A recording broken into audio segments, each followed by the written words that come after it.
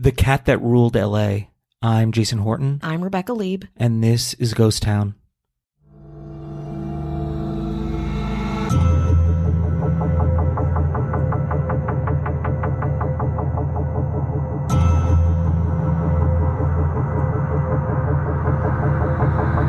LA is one of the most unique cities in America, if not the world. Of course, you hear that a lot from us. But mirrored million-dollar high-rises live alongside dilapidated Victorian mansions. Here, movie studios are built along rivers. Urban residents routinely encounter mountain lions, coyotes, and hawks. It is in itself a paradox, one that we love and embrace. And one opposing relationship that LA has really embraced is that of P-22, a mountain lion that, up until last week, has lived symbiotically in our backyards, achieving a level of fame only reserved for A-list celebrities. P-22 defied almost all of the odds to become one of LA's most beloved and tragic figures. Today we're talking about P-22, the puma of Griffith Park. Though it's associated more with bad traffic and expensive real estate, Los Angeles is one of two large metropolitan areas where having big cats existing within its city limits is normal. The other one, probably not surprisingly, is Mumbai. It's part of LA's magic, a testament to how multifaceted the city is, that a smog-ridden anti-cityscape can also contain rare, exotic cats and the habitat and environment to nurture them, even allowing them to thrive. Home base for LA's puma population is the Santa Monica Mountains. If you've been to LA and driven down the Pacific Coast Highway, Highway 1, famously the end of Route 66, you've seen the Santa Monica Mountains, the steep mountain range that overlooks the Pacific Ocean. Along the highway, the Santa Monica Mountains look mostly populated by rich people. But this 50-mile-long tract of mountains north of Los Angeles is actually much craggier and denser than you might expect. Flanking the ocean of Santa Monica all the way to Ventura, these lush mountains are homes to bats, shrews, moles, and of course, mountain lions. Since 2002, researchers have monitored nearly 100 mountain lions in and around the mountain range, gathering detailed information about the animal's ecology and behavior. The monitoring of mountain lions, or pumas, began with the OG himself, P1. P1 was named because he is a puma, P, and the first one to be monitored. Shocking, I know. What scientists do is sedate and trap the lion, put a monitoring collar on them, and let them go. I'm not an ecologist, clearly, but that's kind of it in a nutshell for my research. P1 really did preside over the Santa Monica Mountains, Lion King style, so his nickname soon became King of the Mountains. Protecting and fighting his territory, fathering several kittens, and generally repping the Santa Monica Mountains, P1 lived for about 13 years, a long, full life for a mountain lion, likely dying around 2009. The next most famous mountain lion on the public's radar was P12. P12 didn't follow the rules like P1 through P11. P12 was a rebel. Scientists started monitoring P12 in 2008. In 2009, he shocked researchers by crossing the 101 freeway near Liberty Canyon, something no human would dare to do, and certainly no mountain lion. But it was a good thing, a great thing for the puma population, because the Santa Monica Mountains, for their vastness, also created an inbreeding and insularity which wasn't good for the puma community. P12, carrying new genetic material from north of the freeway, could make a huge impact, if only he would mate. And boy, did he ever. That mountain lion fucked all kinds of mates all around the 101. As of October 2015, researchers have documented P12 as the proud father to 8 litters of kittens.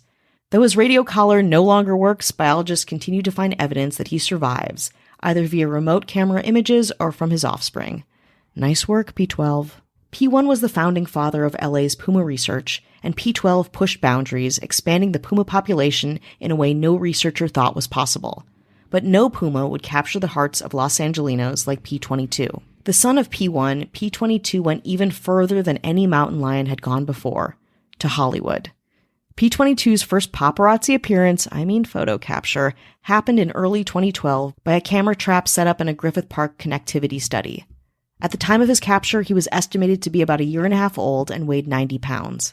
In March of 2012, NPS biologists captured and outfitted him with a GPS radio collar. Scientists pieced together that P-22 was born on the eastern portion of the Santa Monica Mountains and somehow slowly made his way into Griffith Park. That meant he likely crossed the two largest, most chaotic Los Angeles freeways, the 405 and the 101, a feat many humans have found impossible or obscenely time-consuming depending on the time of day. And sadly, it's something that other mountain lions have died trying to do. Griffith Park has its own incredible story that I do not have time to get into today, but if you're curious, you can check out our episode on the old LA Zoo, which is inside of Griffith Park. It's a pretty incredible place, and what you need to know is that the park is about 9 square miles and overlooks the iconic Hollywood sign. To learn more about the Hollywood sign, you can check out our other Ghost Town episode about the death of actor Peg Entwistle, who jumped off the sign back in 1932. But I digress. P-22's journey from the Santa Monica Mountains to Griffith Park, a mere 4 miles from the urban area where we record this podcast, is nothing short of incredible. It is a true testament to how there are still so many green spaces here, how so much of the city is still so undeniably wild. But while P-22's journey was impressive, the size of the park is historically 31 times smaller than the usual space a puma has to breed and hunt in the wild. That means that while P-22 had an incredible view of the Hollywood sign and lots of convenient yet overpriced smoothie shops to patronize, prime LA real estate by anyone's standards, likely P-22 would never find another puma to mate with. But what he lacked in love, he made up for in a fame some of us, human or animal, could only dream of. More after the break. Hey, this is Stephen A. Smith from No Mercy. Festivals, football, flannels. Some say fall is their favorite time of year. And this fall, there are now updated COVID-19 booster shots designed to help protect against COVID-19 variants. If you've had your primary series, schedule an updated COVID-19 booster shot appointment as soon as you're eligible. And don't forget to enjoy the foliage, sponsored by Pfizer and BioNTech. Hey, this is Stephen A. Smith from No Mercy. Festivals, football, flannels. Some say fall is their favorite time of year. And this fall, there are now updated COVID-19 booster shots designed to help protect against COVID-19 variants. If you've had your primary series, schedule an updated COVID-19 booster shot appointment as soon as you're eligible. And don't forget to enjoy the foliage, sponsored by Pfizer and BioNTech. Hi, hello, how are you? Hello. How are you doing? Are you doing well out there? This is the holiday week. This is it. Christmas What you week, got? Hanukkah week. It's a big week for many. Whatever you're different celebrating. It can be very relaxing. It can be very stressful. Where Well, do you fall on that scale? If you want to relax, just go to any Target around noon, especially as the week goes on. Yes. It'll be just maxing and relaxing. Yeah, it's like a spa day in hell. Yeah. Which you think would be cool, but no, it's not. It's actually like very a annoying. different kind of hell. It's really. Maybe it's in heaven. No, just don't even try getting out of the parking lot. Try that first. Well, we want to say hello to anyone who's listening and sticking around, Thank you. supporting the show, Thank you. telling everyone they know about it. Mm-hmm. I've already told everyone I know. I don't know many people. I'm basically just looking at Rebecca and just telling her every week. Yeah, and I'm like, I know, I'm here. Yeah. Then she tells me about it, and we're like, oh, no. Well, all right. Yeah. And we can't move on from that. You know the infinity symbol? It's like that with Ghost Town, just over and over. But it's like kind of just Information. on the floor. Yeah, it's like a bad tattoo. It's kind of fading. Yeah. Maybe it's a little infected. Yeah. You know, Still it's not infected? good. It's faded and still infected? It's faded and infected. Can you tell I have tattoos? You got it in 99, and it's That's still right. infected. That's right. Now it's just a hazy old 8. And if you can rate and review us wherever you happen to be listening, it definitely helps let people know what you think, because then they'll show up on the site and be like, oh, okay, this person gave it a good review. Yeah, it's a little Christmas gift for us, Jews. But we're saying lie for us, I guess. yeah. Please. We're saying please. Yeah. Could you? Lie to us. Yeah. And for to us. us, at us, for us, about us. I don't want to grow as a person. Not this way. We want to say hello to our government. No shutdowns this holiday season. Going strong. Yeah. Despite the snow, despite the inconvenience, you guys are ruling justly, fairly, and well. We got to say a holiday what up to the mayors. We must. I want to say the home goods of the mayors would be Ashley Matson. Come on. Hello. I don't know if that's good. Is that an insult? It's a compliment. Home goods is, you like it. I think there's a lot of wicker and a lot of Like candles and candles, but also a lot of driftwood. foods from, England. A lot of biscuits. Are you? That's home goods, right? No, I think you're thinking of. Is that more of a the imports. What's the not Pier 1 Imports, No. but Maybe I'm getting. I think it's Home Goods. okay. I mean, Home Goods has good pans. Yeah. I'll go. You know what? Let's Are you go thinking with of Bed it. Bath and Beyond? No, I'm not. Okay, I'm because thinking- that's Mayor Charlie Gilbert. Okay, hello. He's hello. He's the Beyond in Yeah, that one. absolutely beyond bankrupt. You're going to actually save the whole franchise. So congratulations. And a very well put together Ross Dress for Less. Oh, Nothing's on the floor. No. It doesn't look like it was just robbed. vitamins rolling around, gummy vites. Or just these gummy vites and a huge pair of jeans, It's like a box of underwear, planter shattered, Jordan almonds, some loose wires, yoga stuff. yoga stuff, but parts of it. Yeah. It came in Just together. made of plastic is everywhere. There's a sock, dog toys. Not your dress for less. Cat Joselle Great. and our governor, Absolutely. who is living. I don't even know if it's her best life. It might just be a day in the life of her. Yeah. But I'm pretty much vicariously living through this person on Absolutely. her Instagram. Oh my I'm like, God. what do you do? How do you do it? Take me with you. Can I be your human chair when you need to Exactly. sit? How can I? Exactly. Put your legs up on me. Yeah. You know? I can just be a human ashtray. I don't know if you smoke or not, but if you do, listen. Even if you don't, just have me Human around. ashtray. Yeah. The whole Westfield mall conglomerate. It's a fucking nice mall. I mean, it's definitely laundering money left and freaking right. Doesn't matter. Does not Got matter. apartments? When your mall's apartments? You have an Eataly? You have one of 3 Eatalys yeah. inside of you? Yeah. Well, that would be our governor, Avian Avian Noble. Noble. So you want no ads, no chit chat, bonus episodes. There's probably like 70 bonus episodes. You can listen to all the previous ones with no ads.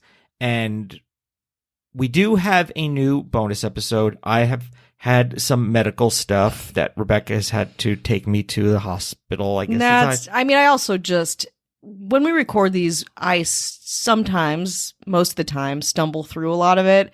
This is a tough one for me. I was really tongue-tied. And when I stumble, Jason pays the price. Yeah. So you can blame it on your medical stuff, but I still feel guilt every day. Yeah. But I was out of commission for a few days. And so just, waiting on those results, just sitting there, not sitting hitting there. refresh. No, It's not like- you. I was like, will my butt implants stick? Will they work? Yes or no? Yeah. Your body will reject or accept them. We're going to wait A lot to of money find to out. find out. But it should be out hopefully by the time you're listening to us, listening to this. So yes, bonus episodes, and for our government end of year gifts Absolutely. are coming. They're coming. They're local to where we are. It is a little something from us to you. Thank you for being there. Thank you for upholding the law. Someone's got to do it. We're going to send you a piece of Dodger Stadium. We just need to break in and cut a piece of Dodger Stadium or chisel a piece of... You guys want that? You Yeah, guys right. give a shit about that, right? Yeah, well, I don't know where you put it. But you want it. Next to your piece of the Berlin Wall, maybe?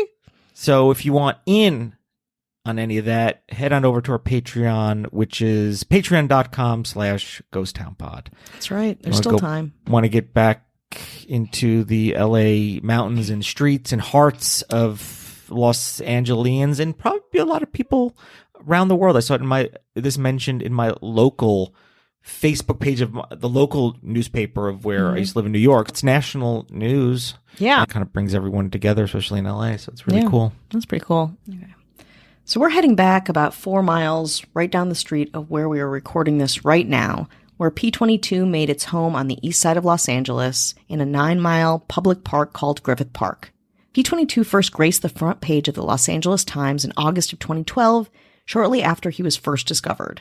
In January of 2017, he landed on the front page again, this time with a week in the life feature story that shed insight into his movements and diet. If you're not from LA, you might know what P-22 looks like from his iconic National Geographic photo, published on November 14th, 2013. The article is titled, quote, "A Cougar Ready for His Close-Up," and the photo is awesome.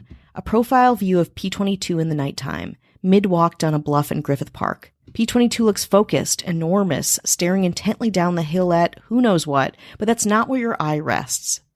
Above P-22, almost mirroring the curvature of his back, is the Hollywood sign, glowing from the sky above. It is a fantastic photo. Since that photo, P-22 has become an ambassador of sorts for urban wildlife, and soon everyone, at least everyone in LA, was following LA's Hollywood cat in his adventures through Griffith Park. And his life wasn't just predatory poses by the Hollywood sign. P-22 also had made some other pretty insane headlines. In 2014, he developed a case of mange when he was exposed to rat poison. If you want to Google the picture, many people call it P-22's mugshot because, well, he looks pretty rough.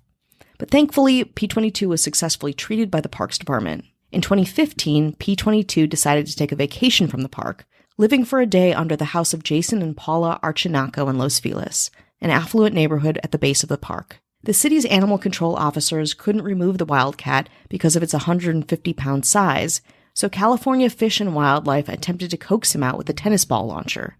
When that didn't work, they tried beanbags. Still, P-22 stayed put, finally leaving early the next morning on his own time. On March 3, 2016, Killarney, one of the Los Angeles Zoo's koalas, went missing. Down the road from its enclosure, a tuft of its hair was found. About 400 yards further, authorities found bloody marsupial parts. Figuring something big had to scale the 8-foot-high wall and carry the koala pretty far, park employees examined the park's trap cameras, surveillance devices with motion sensors, to figure out who killed Killarney. Though the attack itself wasn't recorded, they did find still photos of, you guessed it, P-22 on their surveillance cameras. Quote, "He had to jump down into the enclosure and jump back out with the koala," LA Zoo Director John Lewis told The Times. "It's a pretty good feat in itself. It was a pretty quick snatch." After his zoo break-in, P-22 lived peacefully for years, eating raccoons and stray cats, sorry listeners, without much trouble. But 6 years later, trouble finally caught up to the rogue cougar. Ironically, and probably not surprisingly, after evading so much human technology over the years, it was a car and us humans who contributed to P-22's decline. The week of December 5th, yes, just a couple weeks ago, things began to go wrong. P-22 appeared haggard and agitated, creeping further and further from his home range in Griffith Park into surrounding residences. First, he attacked a neighborhood dog. Then he snatched and killed a chihuahua named Piper. Attacking dogs, according to experts, signaled that the mountain lion was in distress. On Monday, December 12th, P-22 was captured by the California Department of Fish and Wildlife. Under observation, P-22 was found to be very underweight and undernourished. He had a thin coat and a right eye injury mostly consistent with being hit by a car, which corroborated with an anonymous caller who reported a car accident with a mountain lion the day before. P-22 was given antibiotics, fluids with vitamins, anti-inflammatories, and rest. And for 5 days, the fate of P-22 was in limbo. The city waited for what actions the California Department of Fish and Wildlife would take next, but they didn't wait quietly. Some people immediately thought ecologists would euthanize P-22, which, according to news outlets, was, quote, the worst-case scenario. Many thought he would be re-released into Griffith Park, his home. Still others thought he should go to a sanctuary for the rest of his life, where he would be safe. It was a huge topic of debate, with reports and updates practically on the hour. Still, community leader Maybe a Girl said on Instagram, "Leave P-22 alone. Our beloved Griffith Park mountain lion P-22 is recently in hot water for attacking some local pups and will be taken in for evaluation. We love him. Let's remember that we are on his turf." According to Beth Pratt, the National Wildlife Federation leader and leader of #SaveTheCougars campaign, "I'm having a really hard time like everyone else who cares about this cat, grappling with seeing him in distress. It's been a very emotional week. I've been in tears many times. I just wish I could magically make him better. While I'm trying to deal with my own emotions about an animal I love, it's extra difficult to process and deal with the misinformation I keep seeing, including people spreading false accusations that the agencies and myself only want to euthanize P-22. This is absolutely false. Many of us have pets and know that sometimes tough decisions must be made. He has some of the best veterinarians in the country caring for him, so I hope that isn't the case here. I am really hoping his illness or injuries are not serious. If not, the agencies will really look at getting him into a sanctuary where he can live out the rest of his life. This is the option I am advocating for him." As the days went by, the future of P-22 looked grim, especially knowing P-22 had been hit by a car, one of the leading causes of deaths of LA area pumas. Researchers noted that 24 documented mountain lions were killed by vehicles in 2002. On December 17th, 2022, a press release from the National Wildlife Federation said, quote, biologists and veterinarians with the California Department of Fish and Wildlife announced today that they've made the difficult decision to end P-22's suffering and help him transition peacefully to the next place. I hope his future is filled with endless forests without car or road in sight, and where deer are plentiful, and I hope he finally finds the mate that his island experience denied him his entire life. It was another piece of news that had Angelinos, myself included, feeling all kinds of feelings, both for the puma and the city. Says Typearounds 1968 on Instagram, quote, we lived in Franklin Hills for our first year in Los Angeles. Griffith Park was our nearby open space, making us neighbors to P-22 for a little while. The park, huge to us, barely counted as a bedroom for this guy. Every time I imagine him crossing the 405, I'm gobsmacked all over again. What a legend. The LA Zoo on Twitter, it's truly the end of an era in Los Angeles. The Los Angeles Zoo joins our partners in mourning the loss of this incredible Hollywood mountain lion known as P-22. Said filmmaker and writer April Wolf on Twitter, the way this city rallies around P-22, if he ran for mayor, he would win, and we'd let him eat a few of us every month if he wanted. The closest thing LA has to royalty. Almost makes me understand the Windsors.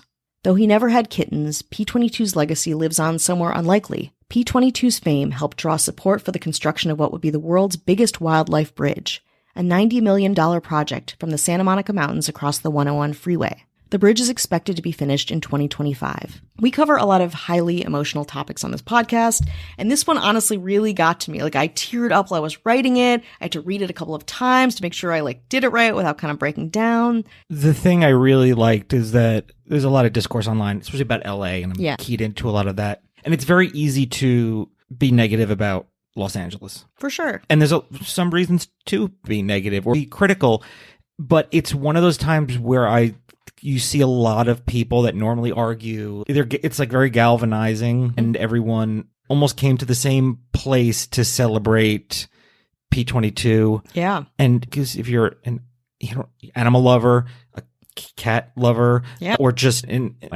somebody with empathy in general, and how could you be mad about it? And you don't see a lot of people going oh, this is why this isn't news. But it is that thing. People take their sports teams wherever they live, but you talk about LA, their sports teams, their certain places and restaurants and landmarks, and this is and people, you could find people that could argue why they don't like a certain person. Sure. What negative thing can you say about a big cat roaming around Los Angeles, which if I wasn't here, I'd be like, well, is that dangerous? Is that bad?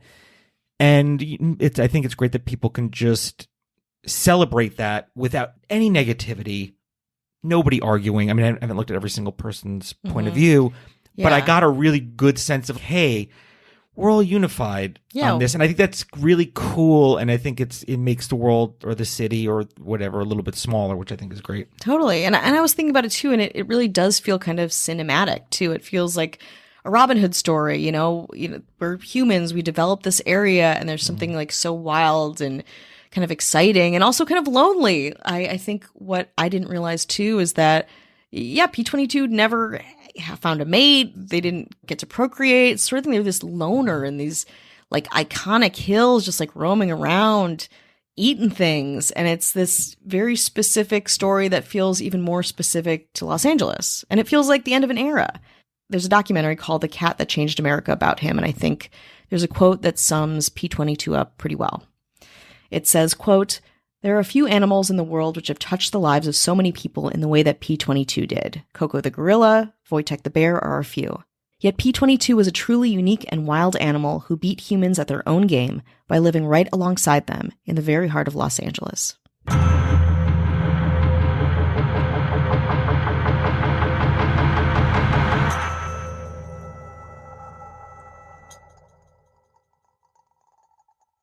Hey, this is Stephen A. Smith from No Mercy. Festivals, football, flannels. Some say fall is their favorite time of year. And this fall, there are now updated COVID-19 booster shots designed to help protect against COVID-19 variants.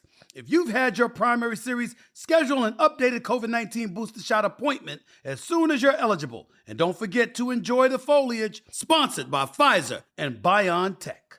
Hey, this is Stephen A. Smith from No Mercy. Festivals, football, flannels. Some say fall is their favorite time of year, and this fall, there are now updated COVID-19 booster shots designed to help protect against COVID-19 variants. If you've had your primary series, schedule an updated COVID-19 booster shot appointment as soon as you're eligible. And don't forget to enjoy the foliage, sponsored by Pfizer and BioNTech. Hey, this is Stephen A. Smith from No Mercy. Festivals, football, flannels. Some say fall is their favorite time of year, and this fall, there are now updated COVID-19 booster shots designed to help protect against COVID-19 variants. If you've had your primary series, schedule an updated COVID-19 booster shot appointment as soon as you're eligible. And don't forget to enjoy the foliage, sponsored by Pfizer and BioNTech.